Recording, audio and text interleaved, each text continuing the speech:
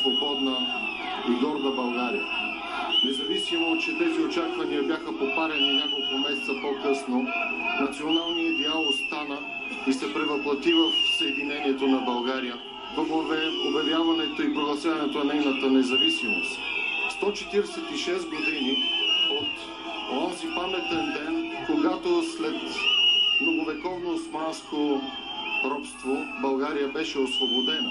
Няма друго място, което така символно да олицетворява националната гордост, националния идеал, готовността, жертвоготовността на българите да жертват живота си за освобождението на нашето отечество от този връх. Този връх високия, този връх са българските термопили, този връх изчиства срама от челото на България, както казва дядо Вазов. Беласица стара и нови Батак. Това е мястото, където България се увенчава с венците на саможертвата на българските опълченци, с кръвта, която е в краката ни, защото тази земя е пропита с кръвта на българските опълченци, на руските войни, на войните от Румъния, на войните от Сърбия, Черна гора, Украйна, Беларус. Тази земя е символ на стремежа за свобода, стремежа за единство, но е символ на нашата национална гордост.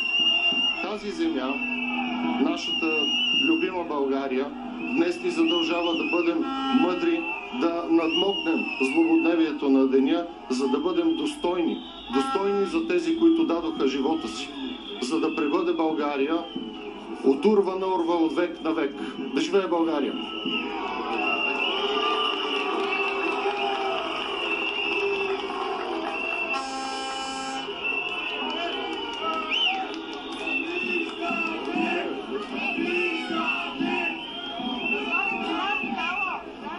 Слово по повод празника ще произнесе президентът на Република България, господин Румен Радев.